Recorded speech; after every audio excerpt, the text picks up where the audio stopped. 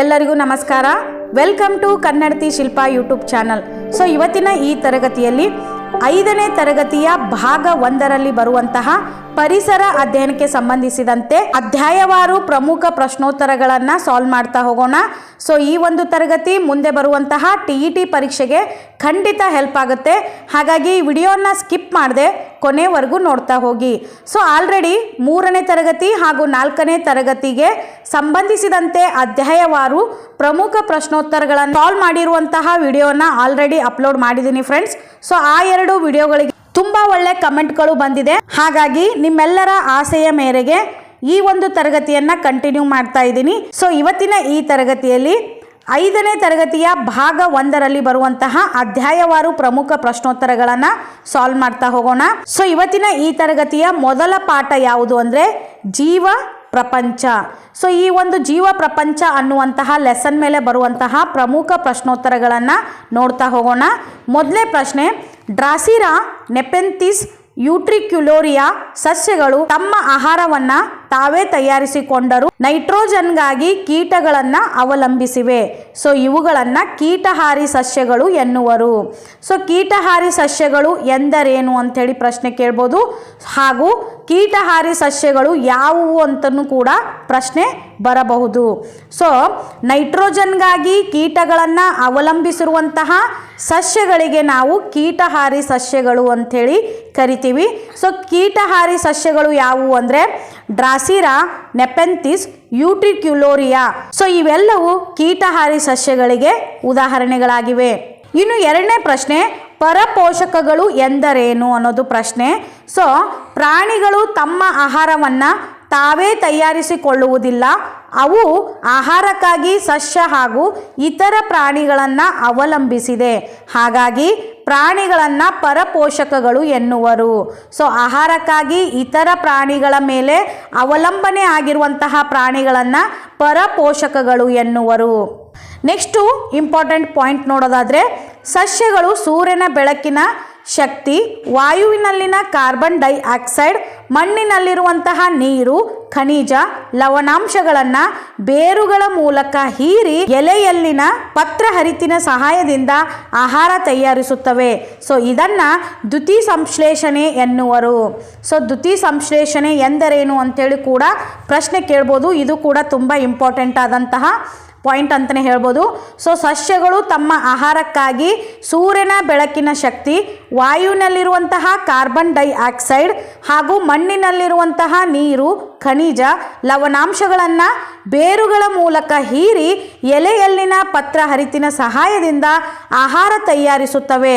So ಈ ಒಂದು ಪ್ರೊಸೀಜರ್ಗೆ ನಾವು ದ್ಯುತಿ ಸಂಶ್ಲೇಷಣೆ ಕ್ರಿಯೆ ಅಂಥೇಳಿ ಕರೆಯುತ್ತೇವೆ. ನೆಕ್ಸ್ಟ್ ಪಾಯಿಂಟು, ಜೀವಿ ಒಂದು ತನ್ನನ್ನೇ ಹೋಲುವ ಮರಿ ಜೀವಿಗಳಿಗೆ ಜನ್ಮ ನೀಡುವುದನ್ನು ಸಂತಾನೋತ್ಪತ್ತಿ ಎನ್ನುವರು. ಸೊ ಸಂತಾನೋತ್ಪತ್ತಿ ಎಂದರೇನು?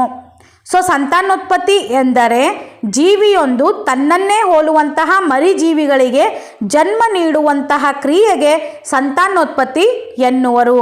ಇನ್ನು ನೆಕ್ಸ್ಟು ಜೀವಿಗಳ ಜೀವಿತಾವಧಿ. ಸೊ ಇದು ಕೂಡ ತುಂಬ ಇಂಪಾರ್ಟೆಂಟ್ ಅಂತಲೇ ಹೇಳ್ಬೋದು ಫ್ರೆಂಡ್ಸ್. ಯಾಕೆಂದರೆ ಆಮೆಯ ಜೀವಿತಾವಧಿ ಎಷ್ಟು ಅಂಥೇಳಿ ತುಂಬ ಸಾರಿ ಪರೀಕ್ಷೆಯಲ್ಲಿ ಕೇಳಿದ್ದಾರೆ. ಹಾಗಾಗಿ ಇದು 5ನೇ ತರಗತಿಯ ಭಾಗ 1ರಲ್ಲಿ ಇರುವಂತಹ ಪ್ರಶ್ನೆ. ಜೀವಿಗಳ ಜೀವಿತಾವಧಿ ನೋಡೋದಾದರೆ ಆಮೆ 150 ವರ್ಷಗಳ ಕಾಲ ಬದುಕುತ್ತದೆ. ಇನ್ನು ಆನೆ 70 ವರ್ಷಗಳ ಕಾಲ ಬದುಕುತ್ತದೆ.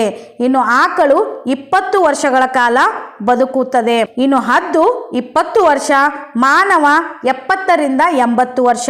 ಸೊ ಇವೆಲ್ಲವೂ ಜೀವಿಗಳ ಜೀವಿತಾವಧಿಯನ್ನು ಹೊಂದಿವೆ. ಸೊ ಇದರಲ್ಲಿ ಅತ್ಯಂತ ಹೆಚ್ಚು ಜೀವಿತಾವಧಿ ಹೊಂದಿರುವಂತಹ ಪ್ರಾಣಿ ಯಾವುದು ಅಂದರೆ ಆಮೆ. ನೆಕ್ಸ್ಟ್ ಇಂಪಾರ್ಟೆಂಟ್ ಪಾಯಿಂಟ್ಸ್ ನೋಡೋದಾದರೆ ಏಕವಾರ್ಷಿಕ ಸಸ್ಯಗಳು. ಸೊ ಏನು ಏಕವಾರ್ಷಿಕ ಸಸ್ಯಗಳು ಅಂದರೆ 1 ವರ್ಷ ಅಥವಾ 1 ಋತುವಿನ ಅವಧಿಯಲ್ಲಿ ಹೂ ಬಿಟ್ಟು ಕಾಯಿಯಾಗಿ ಹಣ್ಣಾದ ಮೇಲೆ ನಾಶವಾಗುವಂತಹ ಸಸ್ಯಗಳಿಗೆ ನಾವು ಏಕವಾರ್ಷಿಕ ಸಸ್ಯಗಳು ಅಂಥೇಳಿ ಕರೆಯುತ್ತೇವೆ. ಏಕವಾರ್ಷಿಕ ಸಸ್ಯಗಳು ಯಾವುವು ಅಂದರೆ ಜೋಳ, ಗೋಧಿ, ಭತ್ತ, ಕುಂಬಳಕಾಯಿ, ಹತ್ತಿ ಹಾಗೂ ತರಕಾರಿಗಳು. ಸೊ ಏಕವಾರ್ಷಿಕ ಸಸ್ಯಗಳು ಅಂದರೆ 1 ವರ್ಷ ಅಥವಾ 1 ಋತುವಿನ ಅವಧಿಯಲ್ಲಿ ಹೂ ಬಿಟ್ಟು ಕಾಯಿಯಾಗಿ ಹಣ್ಣಾದ ಮೇಲೆ ನಾಶವಾಗುವಂತಹ ಸಸ್ಯಗಳಿಗೆ ಏಕವಾರ್ಷಿಕ ಸಸ್ಯಗಳು ಅಂತ ಹೇಳಿ ಕರಿತೀವಿ. ಇನ್ನು ನೆಕ್ಸ್ಟ್ ಪಾಯಿಂಟ್ ನೋಡೋದಾದ್ರೆ ದ್ವೈವಾರ್ಷಿಕ ಸಸ್ಯಗಳು.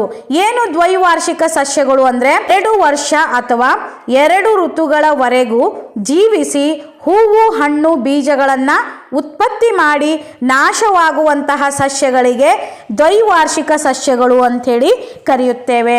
ಸೊ ಹಾಗಾದರೆ ದ್ವೈವಾರ್ಷಿಕ ಸಸ್ಯಗಳು ಯಾವುವು ಅಂದರೆ ಗಜ್ಜರಿ, ಶುಂಠಿ, ಎಲೆಕೋಸು, ಕಬ್ಬು ಹಾಗೂ ಬೀಟ್ರೂಟ್.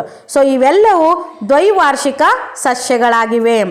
ಇನ್ನು ನೆಕ್ಸ್ಟು ಬಹುವಾರ್ಷಿಕ ಸಸ್ಯಗಳು ಎಂದರೇನು? ಇನ್ನು ಬಹುವಾರ್ಷಿಕ ಸಸ್ಯಗಳು ಎಂದರೆ ಹಲವಾರು ವರ್ಷಗಳವರೆಗೂ ಬದುಕಿ ಹೂವು, ಹಣ್ಣು, ಬೀಜಗಳನ್ನು ಉತ್ಪತ್ತಿ ಮಾಡುವಂತಹ ಸಸ್ಯಗಳಿಗೆ ನಾವು ಬಹುವಾರ್ಷಿಕ ಸಸ್ಯಗಳು ಅಂಥೇಳಿ ಕರೆಯುತ್ತೇವೆ. ಸೊ ಬಹುವಾರ್ಷಿಕ ಸಸ್ಯಗಳು ಯಾವುವು ಅಂದರೆ ಮಾವು, ನಿಂಬೆ, ತೆಂಗು, ಬೇವು, ಹಲಸು ಹಾಗೂ ಅಡಿಕೆ. ಸೊ ಇವೆಲ್ಲವೂ ಬಹುವಾರ್ಷಿಕ ಸಸ್ಯಗಳಾಗಿವೆ. ಇವೆಲ್ಲವೂ ಪಾಠ 1ರಲ್ಲಿ ಬರುವಂತಹ ಪ್ರಮುಖ ಪ್ರಶ್ನೆಗಳು ಅಂತಲೇ ಹೇಳ್ಬೋದು ಫ್ರೆಂಡ್ಸ್. ಇನ್ನು ನೆಕ್ಸ್ಟು ಪಾಠ 2 ಕುಟುಂಬ. ಸೊ ಈ ಕುಟುಂಬಕ್ಕೆ ಸಂಬಂಧಿಸಿದಂತೆ ಇಂಪಾರ್ಟೆಂಟ್ ಪ್ರಶ್ನೆಗಳನ್ನು ನೋಡೋದಾದರೆ ಸೊ ಇದು ಕೂಡ ತುಂಬ ಇಂಪಾರ್ಟೆಂಟ್ ಅಂತಲೇ ಹೇಳ್ಬೋದು ಫ್ರೆಂಡ್ಸ್. ಯಾಕಂದರೆ ವಂಶವೃಕ್ಷದಲ್ಲಿ ಬಳಸಿರುವಂತಹ ಚಿಹ್ನೆಗಳು ಅಥವಾ ಸಂಕೇತಗಳ ಬಗ್ಗೆ ನಮಗೆ ಜ್ಞಾನವಿರಬೇಕಾಗುತ್ತೆ. ಸೊ ಇದರ ಮೇಲೆ ಆಲ್ರೆಡಿ ಪ್ರಶ್ನೆಗಳು ಆಗಿವೆ. ಸೊ ಈ ರೀತಿ ಚೌಕಾಕಾರ ಇತ್ತು ಅಂದರೆ ಈ ರೀತಿ ಚೌಕ ಇತ್ತು ಅಂದರೆ ಅದಕ್ಕೆ ನಾವು ಗಂಡು ಅಂಥೇಳಿ ಕರಿತೀವಿ. ಇನ್ನು ವೃತ್ತ ಇತ್ತು ಅಂದರೆ ಅದಕ್ಕೆ ಹೆಣ್ಣು. ಸೊ ಈ ರೀತಿ ಚೌಕ ಹಾಗೂ ವೃತ್ತ ಎರಡಕ್ಕೂ ಸಂಬಂಧ ಇತ್ತು ಅಂದರೆ ಅದಕ್ಕೆ ಗಂಡ ಹೆಂಡತಿ ಸಂಬಂಧ ಅಂಥೇಳಿ ಕರಿತೀವಿ. ಸೊ ಈ ರೀತಿ ಚೌಕ ಹಾಗೂ ವೃತ್ತ ಸಂಬಂಧ ಹೊಂದಿ ಕೆಳಗಡೆ ಚೌಕಾಕಾರ ಬಂದು ಹಾಗೂ ವೃತ್ತಾಕಾರವಾಗಿ ಇತ್ತು ಅಂದರೆ ತಂದೆ ಮತ್ತು ತಾಯಿಯ ಸಂಬಂಧ ಇರುತ್ತೆ ಹಾಗೂ ಅವರಿಬ್ಬರಿಗೆ ಜನಿಸಿದ ಗಂಡು ಮತ್ತು ಹೆಣ್ಣು ಮಕ್ಕಳ ಸಂಬಂಧವನ್ನು ಹೊಂದಿರುತ್ತೆ. ಸೊ ಚೌಕಾಕಾರವಾಗಿ ಬಂತು ಅಂದರೆ ಅದು ಗಂಡು ಸೂಚಿಸುತ್ತದೆ. ಇನ್ನು ವೃತ್ತಾಕಾರವಾಗಿ ಬಂತು ಅಂದರೆ ಅದು ಹೆಣ್ಣನ್ನು ಸೂಚಿಸುತ್ತದೆ. ಸೊ ಈ ರೀತಿ ವಂಶವೃಕ್ಷದಲ್ಲಿ ಬಳಸಿರುವಂತಹ ಸಂಕೇತಗಳ ಬಗ್ಗೆ ಖಂಡಿತ ಒಂದು ಪ್ರಶ್ನೆ ಬರುವಂತಹ ಸಾಧ್ಯತೆ ತುಂಬ ಇದೆ. ಆಲ್ರೆಡಿ ಈ ಒಂದು ಚಾಪ್ಟರ್ ಮೇಲೆ ಆಲ್ರೆಡಿ ಪ್ರಶ್ನೆ ಬಂದಿದೆ ಫ್ರೆಂಡ್ಸ್. ಇನ್ನು ಪಾಠ 3 ಸಮುದಾಯ. ಸೊ ಪಾಠ 3 ಸಮುದಾಯದ ಮೇಲೆ ಬರುವಂತಹ ಪ್ರಮುಖ ಪ್ರಶ್ನೆಗಳನ್ನು ನೋಡೋದಾದರೆ ಮೊದಲನೇದಾಗಿ ಸಮುದಾಯ ಎಂದರೇನು? ಸೊ ಸಮುದಾಯ ಎಂದರೆ ಒಂದು ನಿಶ್ಚಿತ ಪ್ರದೇಶದಲ್ಲಿ ವಾಸಿಸುವ ಜನರ ಸಮೂಹವನ್ನು ಸಮುದಾಯ ಎಂದು ಕರೆಯುತ್ತಾರೆ. ಸೊ ಒಂದು ನಿಶ್ಚಿತ ಪ್ರದೇಶದಲ್ಲಿ ವಾಸಿಸುವಂತಹ ಜನರ ಸಮೂಹವನ್ನು ಸಮುದಾಯ ಎಂದು ಕರೆಯುತ್ತಾರೆ. ಫಾರ್ ಎಕ್ಸಾಂಪಲ್ ಗ್ರಾಮ ಸಮುದಾಯ, ನಗರ ಸಮುದಾಯ ಹಾಗೂ ಬುಡಕಟ್ಟು ಸಮುದಾಯ. ಸೊ ಒಂದು ನಿಶ್ಚಿತ ಪ್ರದೇಶದಲ್ಲಿ ವಾಸಿಸುವಂತಹ ಸಮೂಹವನ್ನು ನಾವು ಸಮುದಾಯ ಅಂಥೇಳಿ ಕರಿತೀವಿ. ಇನ್ನು ಬುಡಕಟ್ಟು ಸಮುದಾಯ ಎಂದರೇನು? ಬುಡಕಟ್ಟು ಸಮುದಾಯ ಎಂದರೆ ದಟ್ಟ ಅರಣ್ಯಗಳಲ್ಲಿ ಮತ್ತು ಗುಡ್ಡಗಾಡು ಪ್ರದೇಶಗಳಲ್ಲಿ ವಾಸಿಸುವಂತಹ ಕುಟುಂಬಗಳ ಗುಂಪನ್ನು ನಾವು ಬುಡಕಟ್ಟು ಸಮುದಾಯ ಎಂದು ಕರೆಯುತ್ತೇವೆ. ಇನ್ನು ಕರ್ನಾಟಕದಲ್ಲಿ ಮೈಸೂರು ಜಿಲ್ಲೆಯಲ್ಲಿ ಕಂಡುಬರುವಂತಹ ಬುಡಕಟ್ಟು ಸಮುದಾಯ ಯಾವುದು ಅಂದರೆ ಸೋಲಿಗರು. ಸೊ ಇದು ಕೂಡ ತುಂಬ ಸಾರಿ ಪರೀಕ್ಷೆಯಲ್ಲಿ ಬಂದಿರುವಂತಹ ಪ್ರಶ್ನೆ ಫ್ರೆಂಡ್ಸ್. ಸೊ ಕರ್ನಾಟಕದಲ್ಲಿ ಮೈಸೂರು ಜಿಲ್ಲೆಯಲ್ಲಿ ಕಂಡುಬರುವಂತಹ ಬುಡಕಟ್ಟು ಸಮುದಾಯ ಯಾವುದು ಅಂಥೇಳಿ ಪ್ರಶ್ನೆ ಬಂದಿದೆ. ಹಾಗಾಗಿ ಇವುಗಳು ಇಂಪಾರ್ಟೆಂಟ್ ಪಾಯಿಂಟ್ಸ್ ಅಂತಲೇ ಹೇಳ್ಬೋದು.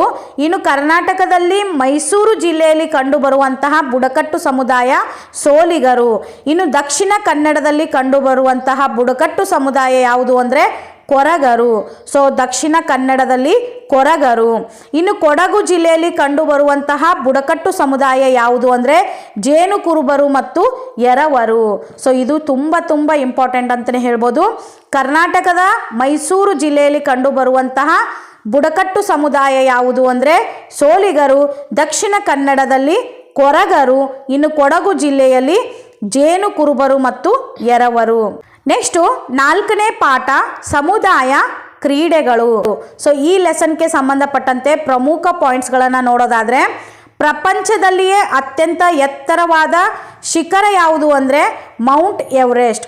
ಸೊ ಪ್ರಪಂಚದಲ್ಲಿಯೇ ಅತ್ಯಂತ ಎತ್ತರವಾದ ಶಿಖರ ಯಾವುದು ಅಂದರೆ ಮೌಂಟ್ ಎವರೆಸ್ಟ್. ಈ ಮೌಂಟ್ ಎವರೆಸ್ಟ್ ಶಿಖರವನ್ನು ಮೊದಲು ಏರಿದವರು ಯಾರು ಅಂದರೆ ಎಡ್ಮಂಡ್ ಹಿಲರಿ ಮತ್ತು Tenzing Norgay. So Mount Everest ಶಿಖರವನ್ನು ಏರಿದಂತಹ ಮೊದಲಿಗರು ಯಾರು ಅಂದರೆ ಎಡ್ಮಂಡ್ ಹಿಲರಿ ಮತ್ತು ತೇನ್ಸಿಂಗ್ ನೋರ್ಗೆ. ನೆಕ್ಸ್ಟು 2ನೇ ಪಾಯಿಂಟು, ಮೌಂಟ್ ಎವರೆಸ್ಟ್ ಶಿಖರ ಏರಿದ ಮೊದಲ ಭಾರತೀಯ ಮಹಿಳೆ ಯಾರು ಅಂದರೆ Bachendri Pal. So Mount Everest ಶಿಖರವನ್ನು ಏರಿದಂತಹ ಮೊದಲ ಭಾರತೀಯ ಮಹಿಳೆ ಯಾರು ಅಂದರೆ ಬಚೇಂದ್ರಿ ಪಾಲ್. ನೆಕ್ಸ್ಟು ಪಾಠ 5 ನೈಸರ್ಗಿಕ ಸಂಪನ್ಮೂಲಗಳು. ಸೊ ಪಾಠ 5 ನೈಸರ್ಗಿಕ ಸಂಪನ್ಮೂಲಗಳು. ಸೊ ಇದು ಕೂಡ ತುಂಬ ಇಂಪಾರ್ಟೆಂಟ್ ಆದಂತಹ ಲೆಸನ್ ಅಂತಲೇ ಹೇಳ್ಬೋದು. ಸೊ ಈ ಒಂದು ಲೆಸನ್ ಮೇಲೆ ಖಂಡಿತ ಈ ಒಂದು TET ಪರೀಕ್ಷೆಗೆ ಖಂಡಿತ ಪ್ರಶ್ನೆಗಳು ಬರುವ ಸಾಧ್ಯತೆ ತುಂಬ ಇದೆ ಫ್ರೆಂಡ್ಸ್. ಸೊ ಅದರಲ್ಲಿ ನವೀಕರಿಸಬಹುದಾದ ಸಂಪನ್ಮೂಲಗಳು ಹಾಗೂ ನವೀಕರಿಸಲಾಗದ ಸಂಪನ್ಮೂಲಗಳು ಇದು ಪ್ರತಿ ಸಾರಿ TETಯಲ್ಲಿ ಬರುವಂತಹ ಪ್ರಶ್ನೆಗಳು ಅಂತಲೇ ಹೇಳ್ಬೋದು. ಮೊದಲನೇದಾಗಿ ನವೀಕರಿಸಬಹುದಾದ ಸಂಪನ್ಮೂಲಗಳು ಅಂದರೆ ಏನು? ಸೊ ಮಾನವರ ಜೀವಿತ ಅವಧಿಯಲ್ಲಿ ಇವು ನಿರಂತರವಾಗಿ ಲಭ್ಯವಿರುವುದರಿಂದ ಈ ಸಂಪನ್ಮೂಲಗಳನ್ನು ನಾವು ನವೀಕರಿಸಬಹುದಾದ ಸಂಪನ್ಮೂಲಗಳು ಎನ್ನುವರು. ಸೊ ಮಾನವರ ಜೀವಿತಾವಧಿಯಲ್ಲಿ ಇವು ನಿರಂತರವಾಗಿ ಲಭ್ಯವಿರುವುದರಿಂದ ಈ ಸಂಪನ್ಮೂಲಗಳನ್ನು ನವೀಕರಿಸಬಹುದಾದ ಸಂಪನ್ಮೂಲಗಳು ಅಂಥೇಳಿ ಕರೆಯಲಾಗುತ್ತದೆ. ಹಾಗಾದರೆ ನವೀಕರಿಸಬಹುದಾದ ಸಂಪನ್ಮೂಲಗಳು ಯಾವುವು ಅಂದರೆ ಸೌರಶಕ್ತಿ, ವಾಯು, ನೀರು, ಮಣ್ಣು ಹಾಗೂ ಕಾಡು. ಸೊ ಇವೆಲ್ಲವೂ ನವೀಕರಿಸಬಹುದಾದ ಸಂಪನ್ಮೂಲಗಳಾಗಿವೆ. ಇನ್ನು 2ನೇ ಪಾಯಿಂಟ್ಸು ನೋಡೋದಾದರೆ ನವೀಕರಿಸಲಾಗದ ಸಂಪನ್ಮೂಲಗಳು ಅಂದರೆ ಏನು? ಸೊ ನವೀಕರಿಸಲು ಆಗದ ಸಂಪನ್ಮೂಲಗಳನ್ನು ನವೀಕರಿಸಲಾಗದ ಸಂಪನ್ಮೂಲಗಳು ಅಂಥೇಳಿ ಕರಿತೀವಿ. ಸೊ ನವೀಕರಿಸಲು ಸಾಧ್ಯವಿಲ್ಲದ ಸಂಪನ್ಮೂಲಗಳಿಗೆ ನಾವು ನವೀಕರಿಸಲಾಗದ ಸಂಪನ್ಮೂಲ ಅಂಥೇಳಿ ಕರೆಯುತ್ತೇವೆ. ಸೊ ಹಾಗಾದರೆ ನವೀಕರಿಸಲಾಗದ ಸಂಪನ್ಮೂಲಗಳು ಯಾವುವು ಅಂದರೆ ಕಲ್ಲಿದ್ದಲು, ಪೆಟ್ರೋಲ್, ಡೀಸೆಲ್, ನೈಸರ್ಗಿಕ ಅನಿಲ. ನೆಕ್ಸ್ಟ್ ಪಾಯಿಂಟು ಶಿಲಾಗೋಳ ಎಂದರೇನು? ಸೊ ಶಿಲಾಗೋಳ ಎಂದರೆ ಶಿಲೆಗಳಿಂದ ಭೂಮಿಯ ಮೇಲ್ಪದರ ಅಥವಾ ಚಿಪ್ಪಿನ ಪದರಗಳನ್ನು ಶಿಲಾಗೋಳ ಅಂಥೇಳಿ ಕರೆಯಲಾಗುತ್ತದೆ. ಸೊ ಶಿಲೆಗಳಿಂದಾದ ಭೂಮಿಯ ಮೇಲ್ಪದರ ಅಥವಾ ಚಿಪ್ಪಿನ ಪದರಗಳನ್ನು ಶಿಲಾಗೋಳ ಎನ್ನಲಾಗುತ್ತದೆ. ಇನ್ನು ಮಣ್ಣು. ಸೊ ಏನು ಮಣ್ಣು ಅಂದರೆ ಸೊ ಖನಿಜಗಳು ಮತ್ತು ಸಾವಯವ ವಸ್ತುಗಳನ್ನು ಒಳಗೊಂಡಿರುವಂತಹ ಶಿಲಾಗೋಳದ ತೆಳುವಾದ ಪದರವೇ ಮಣ್ಣು. ಸೊ ಮಣ್ಣು ಅಂದರೆ ಖನಿಜಗಳು ಮತ್ತು ಸಾವಯವ ವಸ್ತುಗಳನ್ನು ಒಳಗೊಂಡಿರುವಂತಹ ಶಿಲಾಗೋಳದ ತೆಳುವಾದ ಪದರಕ್ಕೆ ನಾವು ಮಣ್ಣು ಅಂಥೇಳಿ ಕರೆಯುತ್ತೇವೆ. ಸೊ ಇಂತಹ ಮಣ್ಣು ಸುಮಾರು 3 ಸೆಂಟಿಮೀಟರ್ನಷ್ಟು ರೂಪುಗೊಳ್ಳಲು ಸುಮಾರು 500ರಿಂದ 1500 ವರ್ಷಗಳು ಬೇಕಾಗುತ್ತದೆ. ನೋಡಿ, 3 ಸೆಂಟಿಮೀಟರ್ನಷ್ಟು ಮಣ್ಣು ರೂಪುಗೊಳ್ಳಲು ಸುಮಾರು 500ರಿಂದ 1500 ವರ್ಷಗಳಷ್ಟು ಕಾಲ ಬೇಕಾಗುತ್ತದೆ. ಸೊ ಹರಿಯುವ ನೀರು, ಬೀಸುವ ಗಾಳಿ ಮತ್ತು ಜೀವಿಗಳಿಂದ ಶಿಲೆಗಳು ಶಿಥಿಲಗೊಂಡು ಮಣ್ಣು ರೂಪುಗೊಳ್ಳುತ್ತದೆ. ಸೊ ಮಣ್ಣು ಯಾವ ರೀತಿ ರೂಪುಗೊಳ್ಳುತ್ತದೆ ಅಂದರೆ ಹರಿಯುವ ನೀರು, ಬೀಸುವ ಗಾಳಿ ಮತ್ತು ಜೀವಿಗಳಿಂದ ಶಿಲೆಗಳು ಶಿಥಿಲಗೊಂಡು ಮಣ್ಣು ರೂಪುಗೊಳ್ಳುತ್ತದೆ. ನೆಕ್ಸ್ಟು ಸಮಪಾತಾಳಿ ಬೇಸಾಯ. ಸೊ ಸಮಪಾತಾಳಿ ಬೇಸಾಯ ಅಂದರೆ ಮಣ್ಣಿನ ಸವೆತವನ್ನು ತಡೆಗಟ್ಟಲು ಭೂಮಿಯ ಆಕಾರಕ್ಕನುಗುಣವಾಗಿ ವ್ಯವಸಾಯ ಮಾಡುವುದನ್ನು ಸಮಪಾತಾಳಿ ಬೇಸಾಯ ಎನ್ನುವರು. ಸೊ ಮಣ್ಣಿನ ಸವೆತವನ್ನು ತಡೆಗಟ್ಟಲು ಭೂಮಿಯ ಆಕಾರಕ್ಕೆ ಅನುಗುಣವಾಗಿ ವ್ಯವಸಾಯ ಮಾಡುವಂತಹ ಪದ್ಧತಿಗೆ ನಾವು ಸಮಪಾತಾಳಿ ಬೇಸಾಯ ಎನ್ನುವರು. ಇನ್ನು ನೆಕ್ಸ್ಟ್ ಪಾಯಿಂಟ್ಸ್ ನೋಡೋದಾದರೆ ಕಾಡು ಸಹ ಒಂದು ಸ್ವಾಭಾವಿಕ ಸಂಪನ್ಮೂಲವಾಗಿದೆ. ಸೊ ಕಾಡು ಕೂಡ ಒಂದು ಸ್ವಾಭಾವಿಕ ಸಂಪನ್ಮೂಲವಾಗಿದೆ. ಇನ್ನು ಕಾಡುಗಳ ನಾಶ ಜೀವ ಸಂಕುಲದ ನಾಶ ಎಂಬುದನ್ನು ಯಾವತ್ತಿಗೂ ಮರೆಯಬಾರದು. ಸೊ 1988ರಲ್ಲಿ ರಾಷ್ಟ್ರೀಯ ಅರಣ್ಯ ನೀತಿ ಜಾರಿಗೆ ಬಂದಿತು. ಸೊ 1988ರಲ್ಲಿ ರಾಷ್ಟ್ರೀಯ ಅರಣ್ಯ ನೀತಿ ಜಾರಿಗೆ ತಂದರು. ನೆಕ್ಸ್ಟ್ ಇಂಪಾರ್ಟೆಂಟ್ ಪಾಯಿಂಟ್ಸ್ ನೋಡೋದಾದ್ರೆ ಅಪ್ಪಿಕೋ ಚಳುವಳಿ ಕುರಿತು ಖಂಡಿತ ಪ್ರಶ್ನೆ ಆಗಿದೆ ಫ್ರೆಂಡ್ಸ್ ಹಿಂದೆ. ಸೊ ಕರ್ನಾಟಕದ ಜೀವ ವೈವಿಧ್ಯದಿಂದ ಕೂಡಿದಂತಹ ಪಶ್ಚಿಮ ಘಟ್ಟದ ಅರಣ್ಯಗಳ ನಾಶವನ್ನು ತಡೆಗಟ್ಟಲು ಪಾಂಡುರಂಗ ಹೆಗಡೆಯವರು. ಯಾರು? ಪಾಂಡುರಂಗ ಹೆಗಡೆಯವರು ಅಪ್ಪಿಕೋ ಚಳುವಳಿ ಪ್ರಾರಂಭಿಸಿದರು. ಸೊ ಅಪ್ಪಿಕೋ ಚಳುವಳಿಯ ರೂವಾರಿ ಯಾರು ಅಂತೇಳಿ ತುಂಬ ಸಾರಿ ಪರೀಕ್ಷೆಯಲ್ಲಿ ಬಂದಿದೆ. ಸೊ ಈ ಒಂದು ಅಪ್ಪಿಕೋ ಚಳುವಳಿಯ ರೂವಾರಿ ಯಾರಾಗಿದ್ರು ಅಂದರೆ ಪಾಂಡುರಂಗ ಹೆಗಡೆಯವರು. ಸೊ ಪಶ್ಚಿಮ ಘಟ್ಟದ ಅರಣ್ಯಗಳ ನಾಶವನ್ನು ತಡೆಗಟ್ಟುವುದು ಇದರ ಮೂಲ ಉದ್ದೇಶವಾಗಿತ್ತು.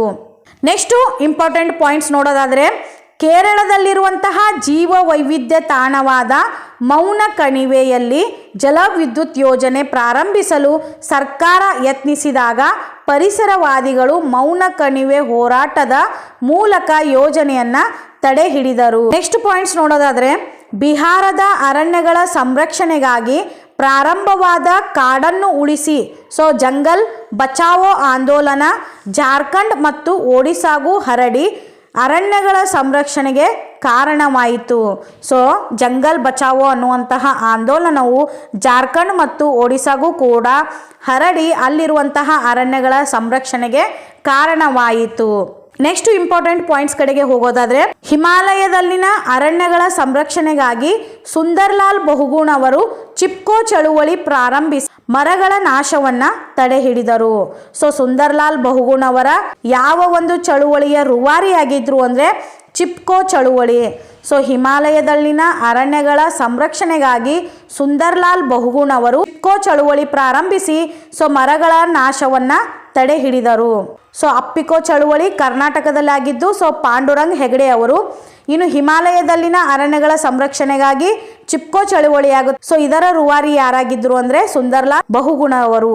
ನೆಕ್ಸ್ಟ್ ಪಾಯಿಂಟು, ವೃಕ್ಷ ಮಾತೆ ಎಂದೇ ದೇಶಾದ್ಯಂತ ಪ್ರಖ್ಯಾತಿ ಪಡೆದಿರುವಂತಹ ಸಾಲು ಮರದ ತಿಮ್ಮಕ್ಕ ಕರ್ನಾಟಕದ ಹೆಮ್ಮೆಯ ಸುಪುತ್ರಿ. ಸೊ ಇವರು ತುಮಕೂರು ಜಿಲ್ಲೆಯ ಗುಬ್ಬಿ ತಾಲೂಕಿನ ವಿಜಯಮ್ಮ ಮತ್ತು ಚಿಕ್ಕರಂಗಯ್ಯ ದಂಪತಿಗಳ ಮಗಳಾದ ತಿಮ್ಮಕ್ಕ ಮಾಗಡಿ ತಾಲೂಕಿನ ಹುಳಿಕಲ್ಲು ಗ್ರಾಮದ ಬಿಕ್ಕಲ ಚಿಕ್ಕಯ್ಯನವರನ್ನ ವಿವಾಹವಾಗಿದ್ದರು. ಸೊ ಸಾಲು ಮರದ ತಿಮ್ಮಕ್ಕ ಅವರು ರೀಸೆಂಟ್ ಆಗಿ ಮರಣ ಹೊಂದಿದ್ರು ಫ್ರೆಂಡ್ಸ್. ಸೊ ಅವರ ಬಗ್ಗೆ 5ನೇ ತರಗತಿಯ ಪರಿಸರ ಅಧ್ಯಯನದಲ್ಲಿ ಕೊಟ್ಟಂತಹ ಇಂಪಾರ್ಟೆಂಟ್ ಪಾಯಿಂಟ್ಸ್ಗಳನ್ನು ನೋಡೋದಾದರೆ, ಸೊ 2014ರಿಂದ 15ನೇ ಸಾಲಿನ ರಾಜ್ಯ ಬಜೆಟ್ನಲ್ಲಿ ಸಾಲು ಮರದ ತಿಮ್ಮಕ್ಕನ ನೆರಳು ಯೋಜನೆಯನ್ನು ಘೋಷಿಸಿ ಅದನ್ನು ಜಾರಿಗೆ ತಂದಿರುತ್ತಾರೆ. ಇನ್ನು ಸಾಲು ಮರದ ತಿಮ್ಮಕ್ಕನಿಗೆ ಸಲ್ಲಿದಂತಹ ಪ್ರಮುಖ ಪ್ರಶಸ್ತಿಗಳು ನೋಡೋದಾದರೆ, ಮೊದಲೇದು ನಾಡೋಜ ಪ್ರಶಸ್ತಿ ಇವರಿಗೆ ಲಭಿಸಿತ್ತು. ಸೊ ಕನ್ನಡ ವಿಶ್ವವಿದ್ಯಾಲಯ ಹಂಪಿ ಅವರು ಈ ಒಂದು ಪ್ರಶಸ್ತಿಯನ್ನು ನೀಡಲಾಗಿತ್ತು. ಇನ್ನು ಕರ್ನಾಟಕ ರಾಜ್ಯೋತ್ಸವ ಪ್ರಶಸ್ತಿ, ಇನ್ನು ಕರ್ನಾಟಕ ರಾಜ್ಯ ಪರಿಸರ ಪ್ರಶಸ್ತಿ, ಇಂದಿರಾ ಪ್ರಿಯದರ್ಶಿನಿ ವೃಕ್ಷ ಮಿತ್ರ ಪ್ರಶಸ್ತಿ ಇದು ಭಾರತ ಸರ್ಕಾರ ನೀಡಿತ್ತು. ಇನ್ನು ಪರಿಸರ ರತ್ನ ಪ್ರಶಸ್ತಿ. ಸೊ ಇವೆಲ್ಲವೂ ಸಾಲು ಮರದ ತಿಮ್ಮಕ್ಕ ಅವರಿಗೆ ಸಲ್ಲಿದಂತಹ ಪ್ರಮುಖ ಪ್ರಶಸ್ತಿಗಳು ಅಂತಲೇ ಹೇಳ್ಬೋದು. ನೆಕ್ಸ್ಟು, ಪ್ರಾಣಿಗಳು ಕೂಡ ನವೀಕರಿಸಬಹುದಾದ ಸಂಪನ್ಮೂಲಗಳಾಗಿವೆ. ಸೊ ಪ್ರಾಣಿಗಳು ಕೂಡ ನವೀಕರಿಸಬಹುದಾದ ಸಂಪನ್ಮೂಲಗಳ ಪಟ್ಟಿಗೆ ಸೇರಿಕೊಳ್ಳುತ್ತವೆ. ಇನ್ನು ಇಂಧನ. ಸೊ ಇಂಧನ ಅಂದರೆ ಲಕ್ಷಾಂತರ ವರ್ಷಗಳ ಹಿಂದೆ ಭೂಪದರದೊಳಗೆ ಹೂತು ಹೋದ ಸತ್ತ ಸಸ್ಯ ಪ್ರಾಣಿಗಳ ದೇಹಗಳು ಆಕ್ಸಿಜನ್ ಇಲ್ಲದೆ ಕೊಳೆತು ಉಂಟಾಗಿರುವುದೇ ಪಳಉಳಿಕೆ ಇಂಧನಗಳು. ಇನ್ನು ಪೆಟ್ರೋಲಿಯಂ ಅಂದರೆ, ಸೊ ಪೆಟ್ರೋಲಿಯಂ ಎಂದರೆ ಪೆಟ್ರೋಲಿಯಂ ಎಂಬುದು ಭೂಮಿಯೊಳಗೆ ರೂಪುಗೊಂಡಿರುವಂತಹ ಒಂದು ದ್ರವ ರೂಪದ ಖನಿಜ. ಸೊ ಪೆಟ್ರೋಲಿಯಂ ಎಂಬುದು ಒಂದು ಭೂಮಿಯ ಒಳಗೆ ರೂಪುಗೊಂಡಿರುವಂತಹ ಒಂದು ದ್ರವ ರೂಪದ ಖನಿಜವಾಗಿದೆ. ಇನ್ನು ಶಿಲಾಪದರಗಳ ಅಡಿಯಲ್ಲಿ ಶೇಖರವಾದಂತಹ ಸತ್ತ ಜೀವಿಗಳ ದೇಹದ ಮೇಲೆ ಬ್ಯಾಕ್ಟೀರಿಯಾಗಳ ಕ್ರಿಯೆ ಅಧಿಕ ಉಷ್ಣತೆ ಮತ್ತು ಒತ್ತಡಗಳಿಂದ ಪೆಟ್ರೋಲಿಯಂ ರೂಪುಗೊಳ್ಳುತ್ತದೆ. ಇನ್ನು ನೆಕ್ಸ್ಟ್ ಪಾಯಿಂಟ್ ಕಡೆ ನೋಡೋದಾದ್ರೆ, ಮೇಣ, ಪ್ಯಾರಾಫಿನ್ಗಳಂತಹ ಪೆಟ್ರೋಲಿಯಂ ಉಪ ಉತ್ಪನ್ನಗಳನ್ನು ಮೇಣದ ಬತ್ತಿ, ಮರದ ಪಾಲಿಸ್, ಮುಲಾಮು, ಬಣ್ಣ, ಲಿಪ್ಸ್ಟಿಕ್, ರಾಸಾಯನಿಕ ಗೊಬ್ಬರ, ವ್ಯಾಸ್ಲಿನ್ ಜೆಲ್ಲಿ ಸೊ ಇತ್ಯಾದಿಗಳ ತಯಾರಿಕೆಯಲ್ಲಿ ಬಳಸುತ್ತಾರೆ. ನೆಕ್ಸ್ಟು ನೈಸರ್ಗಿಕ ಅನಿಲ. ಸೊ ನೈಸರ್ಗಿಕ ಅನಿಲವು ಪೆಟ್ರೋಲಿಯಂ ಬಾವಿಗಳಲ್ಲಿ ಪೆಟ್ರೋಲಿಯಂನೊಂದಿಗೆ ದೊರೆಯುತ್ತದೆ.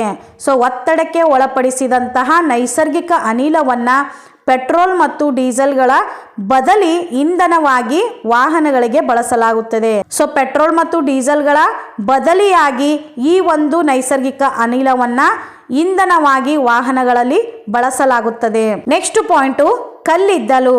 ಸೊ ಲಕ್ಷಾಂತರ ವರ್ಷಗಳ ಹಿಂದೆ ಭೂಮಿಯಲ್ಲಿ ಹೂತು ಹೋದ ಮರಗಿಡಗಳ ಅವಶೇಷಗಳು ಪೂರ್ಣವಾಗಿ ಕೊಳೆಯದೆ ಶಿಲಾಪದರಗಳ ಕೆಳಗೆ ಒತ್ತಡ ಮತ್ತು ಉಷ್ಣಕ್ಕೆ ಸಿಲುಕಿ ಕಲ್ಲಿದ್ದಲು ರೂಪಕ್ಕೆ ಪರಿವರ್ತಿತವಾಗಿವೆ.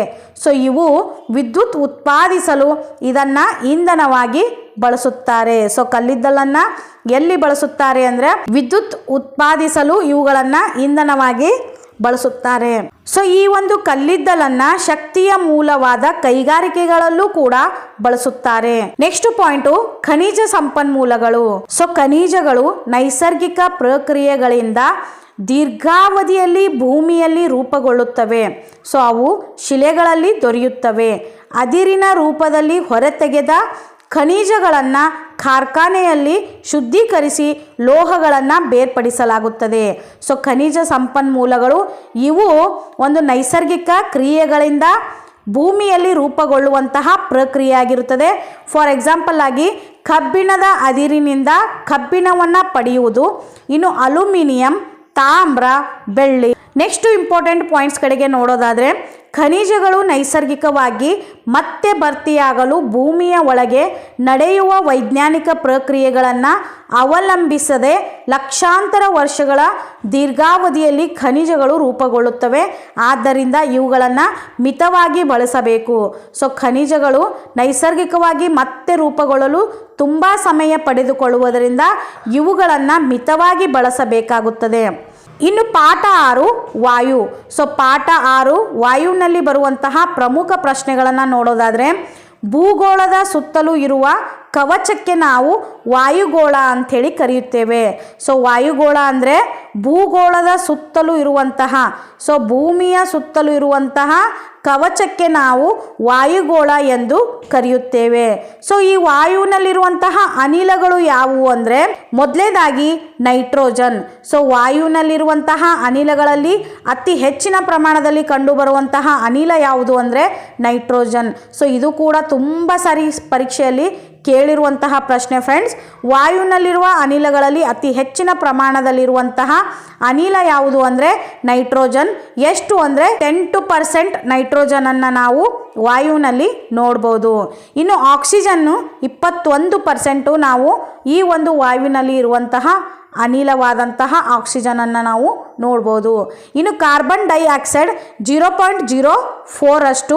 ಇನ್ನು ನೀರಾವಿ, ಜಡ ಅನಿಲಗಳು ಮತ್ತು ಧೂಳಿನ ಕಣಗಳು 0.96% ಅಷ್ಟು ನಾವು ವಾಯುವಿನಲ್ಲಿ ನೋಡಬಹುದು.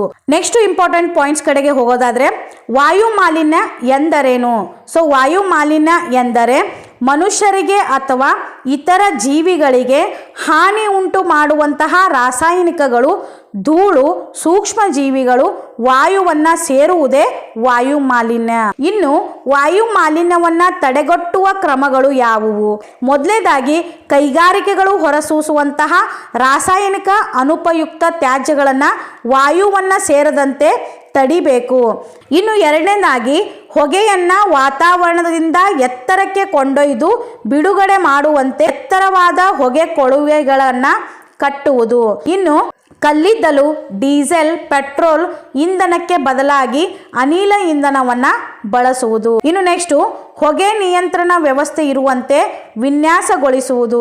ಇನ್ನು ನೆಕ್ಸ್ಟು ಸಾರ್ವಜನಿಕ ವಾಹನಗಳನ್ನು ಬಳಸುವುದು. ಇನ್ನು ಬದಲಿ ಇಂಧನ ಮೂಲಗಳಾದಂತಹ ಸೌರಶಕ್ತಿ, ಜಲವಿದ್ಯುತ್ ಶಕ್ತಿ ಮತ್ತು ಪವನ ಶಕ್ತಿಯನ್ನು ಉಪಯೋಗಿಸುವುದು.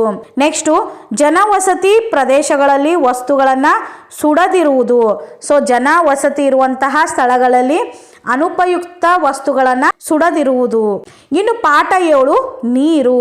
ಸೊ ನೀರಿಗೆ ಸಂಬಂಧಿಸಿದಂತೆ ಪ್ರಮುಖ ಪ್ರಶ್ನೆಗಳನ್ನು ನೋಡೋದಾದರೆ ಮೊದಲನೇದಾಗಿ ಸಾಗರಗಳು. ಭೂಮಿಯ ಮೇಲೆ ಸಾಗರಗಳು ನೀರಿನ ಅತಿ ದೊಡ್ಡ ಆಕಾರಗಳಾಗಿವೆ. ಸೊ ಭೂಮಿಯ ಮೇಲೆ ಸಾಗರಗಳು ನೀರಿನ ಅತಿ ದೊಡ್ಡ ಆಕಾರಗಳಾಗಿವೆ. ಇನ್ನು ನದಿಗಳು ನೋಡೋದಾದರೆ ನದಿ ನೀರಿಗೂ ಮಳೆಯೇ ಆಧಾರ. ಸೊ ನದಿಗಳು ಹುಟ್ಕೋಬೇಕು ಅಂದರೆ ಸೊ ಮಳೆಯೇ ಅದರ ಆಧಾರವಾಗಿರುತ್ತದೆ. ಇನ್ನು ಬೇಸಿಗೆಯಲ್ಲಿ ಹಿಮ ಪರ್ವತಗಳ ಹಿಮ ಕರಗಿ ನದಿಯನ್ನು ಸೇರುತ್ತದೆ. ಆಗ ನದಿಗಳು ತುಂಬಿ ಹರಿಯುತ್ತವೆ. ಸೊ ನದಿಗಳ ಮೂಲ ಆಧಾರ ಯಾವುದು ಅಂದರೆ ಮಳೆ. ಇನ್ನು ಚಿಲುಮೆಗಳು. ಸೊ ಏನು ಚಿಲುಮೆ ಅಂದರೆ? ಸೊ ಚಿಲುಮೆ ಅಂದರೆ ಭೂಕವಚದ ಕೆಳಗೆ ಸಂಗ್ರಹಗೊಂಡಿರುವಂತಹ ಅಂತರ್ಜಲವು ಒತ್ತಡದಿಂದಾಗಿ ರಂಧ್ರಗಳ ಮೂಲಕ ಹೊರಹೊಮ್ಮುತ್ತದೆ. ಸೊ ಇದನ್ನು ಚಿಲುಮೆ ಎನ್ನುತ್ತಾರೆ. ಇದು ಕೂಡ ತುಂಬ ಸಾರಿ ಪರೀಕ್ಷೆಯಲ್ಲಿ ಕೇಳಿರುವಂತಹ ಪ್ರಶ್ನೆ. ಚಿಲುಮೆ ಎಂದರೆ ಭೂಕವಚದ ಕೆಳಗೆ ಸಂಗ್ರಹಗೊಂಡಿರುವಂತಹ ಅಂತರ್ಜಲವು ಒತ್ತಡದಿಂದಾಗಿ ರಂಧ್ರಗಳ ಮೂಲಕ ಹೊರಚಿಮ್ಮುವುದಕ್ಕೆ ಚಿಲುಮೆ ಅಂಥೇಳಿ ಕರೆಯುತ್ತಾರೆ. ಇನ್ನು ನೆಕ್ಸ್ಟು ಬಾವಿಗಳು. ಸೊ ಭೂ ಮೇಲ್ಪದರವನ್ನು ಸ್ವಲ್ಪ ಆಳಕ್ಕೆ ಕೊರೆಯುವುದರ ಮೂಲಕ ಪಡೆಯುವಂತಹ ಅಂತರ್ಜಲದ ನೀರಿಗೆ ನಾವು ಬಾವಿ ನೀರು ಅಂಥೇಳಿ ಕರಿತೀವಿ. ನೆಕ್ಸ್ಟು ಕೆರೆಗಳು. ಸೊ ಕೆರೆಗಳು ಮಳೆಯ ನೀರನ್ನು ಸಂಗ್ರಹಿಸಲು ಮಾನವರು ಕೃತಕವಾಗಿ ನಿರ್ಮಿಸುವಂತಹ ತಗ್ಗು ಭಾಗವೇ ಕೆರೆ ಆಗಿರ್ತವ. ಸೊ ಕೆರೆಗಳು ಮಾನವರು ಕೃತಕವಾಗಿ ನಿರ್ಮಿಸಿದಂತಹ ತಗ್ಗು ಭಾಗಕ್ಕೆ ನಾವು ಕೆರೆ ಅಂಥೇಳಿ ಕರಿತೀವಿ. ನೆಕ್ಸ್ಟು ಜಲಾಶಯಗಳು. ಸೊ ಜಲಾಶಯಗಳು ಅಂದರೆ ವರ್ಷವಿಡೀ ನೀರಿನ ಲಭ್ಯತೆಗಾಗಿ ನೀರಿನ ಕೊರತೆ ಇರುವಂತಹ ಸ್ಥಳಗಳಿಗೆ ನೀರನ್ನು ಒದಗಿಸಲು ಹಾಗೂ ವಿವಿಧ ಉದ್ದೇಶಗಳಿಗಾಗಿ ನೀರನ್ನು ಬಳಸಲು ನದಿಗಳಿಗೆ ಅಡ್ಡಲಾಗಿ ಆಣೆಕಟ್ಟುಗಳನ್ನು ಕಟ್ಟುತ್ತಾರೆ. ಸೊ ಇದಕ್ಕೆ ಹೆಚ್ಚಿನ ಪ್ರಮಾಣದಲ್ಲಿ ನೀರನ್ನು ಸಂಗ್ರಹಿಸುವಂತಹ ಸಾಮರ್ಥ್ಯವಿದ್ದು ಇದನ್ನು ಜಲಾಶಯ ಎನ್ನುತ್ತಾರೆ. ಇನ್ನು ನೆಕ್ಸ್ಟು ಜಲಮಾಲಿನ್ಯ. ಸೊ ಏನು ಜಲಮಾಲಿನ್ಯ ಅಂದರೆ ನೀರು ಕಲುಷಿತವಾಗುವುದಕ್ಕೆ ಜಲಮಾಲಿನ್ಯ ಎನ್ನುವರು. ಸೊ ಜಲಮಾಲಿನ್ಯ ಅಂದರೆ ನೀರು ಕಲುಷಿತವಾಗುವುದಕ್ಕೆ ಜಲಮಾಲಿನ್ಯ ಎನ್ನುವರು. ನೆಕ್ಸ್ಟ್ ಪಾಯಿಂಟು, ಮಲೇರಿಯಾ ಸಂಭವಿಸುವುದು ಯಾವ ಸೊಳ್ಳೆಯಿಂದ ಅಂದರೆ ಮಲೇರಿಯಾ ಉಂಟಾಗುವುದು ಯಾವ ಸೊಳ್ಳೆಯಿಂದ ಅಂದರೆ ಅನಾಫಿಲಿಸ್ ಅನ್ನುವಂತಹ ಹೆಣ್ಣು ಸೊಳ್ಳೆಯಿಂದ. ನೆಕ್ಸ್ಟ್ ಪಾಠ 8 ಕೃಷಿ. ಸೊ ಪಾಠ 8 ಕೃಷಿಗೆ ಸಂಬಂಧಿಸಿದಂತೆ ಪ್ರಮುಖ ಪ್ರಶ್ನೆಗಳನ್ನು ನೋಡೋದಾದರೆ, ಮಳೆ ಕಡಿಮೆ ಬೀಳುವ ಪ್ರದೇಶಗಳಲ್ಲಿನ ಜಮೀನು ಮಳೆ ಆಧಾರಿತ ಕೃಷಿ ಭೂಮಿಯಾಗಿದೆ. ಇನ್ನು ಮಳೆ ಆಧಾರಿತ ಕೃಷಿ ಭೂಮಿಯ ಬೇಸಾಯವನ್ನ ಖುಷ್ಕಿ ಅಥವಾ ಒಣಭೂಮಿ ಬೇಸಾಯ ಎಂದು ಕರೆಯುತ್ತಾರೆ. ನೆಕ್ಸ್ಟ್ ಇಂಪಾರ್ಟೆಂಟ್ ಪಾಯಿಂಟ್ಸ್ ನೋಡೋದಾದರೆ, ಬೆಳೆಗಳಿಗೆ ಮಳೆಯ ನೀರನ್ನು ಹೊರತುಪಡಿಸಿದರೆ ಕೆರೆ, ಕಾಲುವೆ, ಬಾವಿ, ಕೊಳವೆ ಬಾವಿಗಳಿಂದ ನೀರನ್ನು ಪೂರೈಸಲಾಗುತ್ತದೆ. ಸೊ ಹೀಗೆ ನೀರನ್ನು ಬಳಸಿ ಕೃಷಿ ಮಾಡುವುದನ್ನು ನೀರಾವರಿ ಕೃಷಿ ಎನ್ನುತ್ತಾರೆ. ನೆಕ್ಸ್ಟ್ ಪಾಯಿಂಟ್ ಕಡೆಗೆ ಹೋಗೋದಾದರೆ, ನೀರಾವರಿ ಭೂಮಿಯಲ್ಲಿ ಮಣ್ಣಿಗೆ ತಕ್ಕಂತೆ ಕಬ್ಬು, ಭತ್ತ, ಹತ್ತಿಯಂತಹ ಬೆಳೆಗಳನ್ನು ಬೆಳೆಯುತ್ತಾರೆ. ಸೊ ಅವುಗಳನ್ನು ನೀರಾವರಿ ಬೆಳೆಗಳು ಎನ್ನುವರು. ನೆಕ್ಸ್ಟು ನೀರಾವರಿಯ ವಿಧಗಳು ನೋಡೋದಾದರೆ, ಹನಿ ನೀರಾವರಿ. ಸೊ ಏನು ಹನಿ ನೀರಾವರಿ ಅಂದರೆ, ಹನಿ ನೀರಾವರಿಯಲ್ಲಿ ಬೆಳೆಗಳ ಬೇರುಗಳಿಗೆ ನೀರು ಹನಿ ಹನಿಯಾಗಿ ದೊರೆಯುವಂತೆ ವ್ಯವಸ್ಥೆ ಮಾಡಲಾಗುತ್ತದೆ. ಸೊ ಈ ಒಂದು ವ್ಯವಸ್ಥೆಗೆ ಹನಿ ನೀರಾವರಿ ಎಂದು ಕರೆಯುತ್ತಾರೆ. ಇನ್ನು ತುಂತುರು ನೀರಾವರಿ. ಸೊ ತುಂತುರು ನೀರಾವರಿ ಅಂದರೆ ತುಂತುರು ನೀರಾವರಿ ಪದ್ಧತಿಯಲ್ಲಿ ಬೆಳೆಗಳ ಮೇಲೆ ಮಳೆಯಂತೆ ತುಂತುರು ರೂಪದಲ್ಲಿ ಸಮವಾಗಿ ಬೀಳುವಂತೆ ವ್ಯವಸ್ಥೆ ಮಾಡಲಾಗುತ್ತದೆ. ಸೊ ಈ ಒಂದು ಪ್ರೊಸೀಜರ್ಗೆ ನಾವು ತುಂತುರು ನೀರಾವರಿ ಅಂಥೇಳಿ ಕರೆಯುತ್ತೇವೆ. ಇನ್ನು ಬಂಜರು ಭೂಮಿ. ಸೊ ಬಂಜರು ಭೂಮಿ ಎಂದರೆ ಕೆಲವು ಪ್ರದೇಶಗಳಲ್ಲಿನ ಕೃಷಿ ಭೂಮಿಯು ಅತಿ ಕಡಿಮೆ ಪೋಷಕಾಂಶಗಳನ್ನು ಹೊಂದಿರುತ್ತದೆ. ಸೊ ಸಾಮಾನ್ಯವಾಗಿ ಇದನ್ನು ಬಂಜರು ಭೂಮಿ ಎನ್ನುತ್ತಾರೆ. ಯಾವ ಭೂಮಿ ಕಡಿಮೆ ಪೋಷಕಾಂಶಗಳನ್ನು ಹೊಂದಿರುತ್ತದೆಯೋ ಸೊ ಅಂತಹ ಭೂಮಿಗೆ ನಾವು ಬಂಜರು ಭೂಮಿ ಎಂದು ಕರೆಯುತ್ತೇವೆ. ಸೊ ಇತ್ತೀಚೆಗೆ ಬಂಜರು ಭೂಮಿಯಲ್ಲಿ ಜತ್ರೋಪ ಮತ್ತು ಹೊಂಗೆ ಅಂತಹ ಜೈವಿಕ ಇಂಧನ ಪಡೆಯಲಾಗುವ ಗಿಡ ಮರಗಳನ್ನು ಬೆಳೆಯಲಾಗುತ್ತದೆ. ಸೊ ಬಂಜರು ಭೂಮಿಯಲ್ಲಿ ಬೆಳೆಯಲಾಗುವಂತಹ ಮರಗಳು ಯಾವುವು ಅಂದರೆ ಜತ್ರೋಪ ಮತ್ತು ಹೊಂಗೆ. ನೆಕ್ಸ್ಟ್ ಇಂಪಾರ್ಟೆಂಟ್ ಪಾಯಿಂಟ್ಸ್ ನೋಡೋದಾದರೆ, ಸಾಂದ್ರ ಬೇಸಾಯ.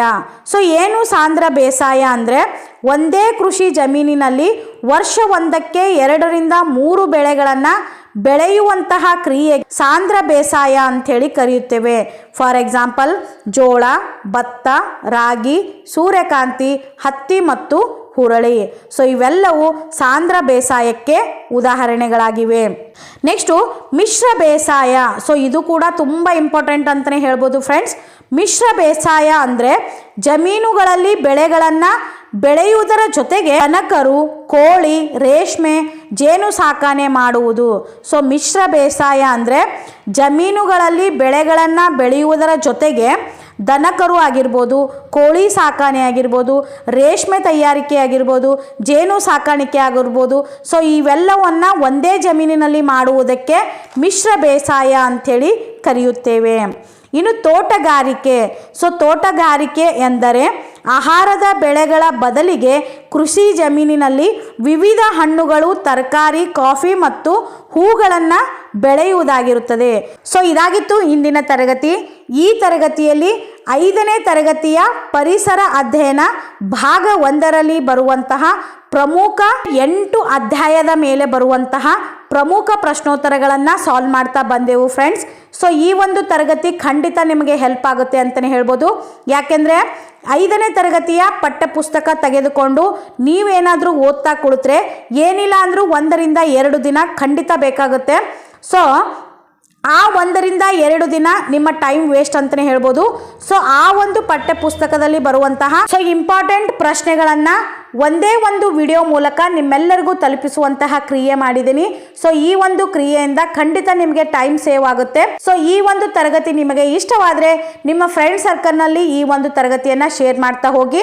ಸೊ ಇದರ ಮುಂದುವರೆದ ಭಾಗ ಅಂದರೆ 5ನೇ ತರಗತಿಯ ಪಾರ್ಟ್ 2 ಅನ್ನು ತೆಗೆದುಕೊಂಡು ಆದಷ್ಟು ಬೇಗ ನಿಮ್ಮ ಎದುರಿಗೆ ಬರ್ತೀನಿ. ಅಲ್ಲಿಯವರೆಗೂ keep watching our YouTube channel ಅಂತ ಹೇಳ್ತಾ take care. Bye bye friends.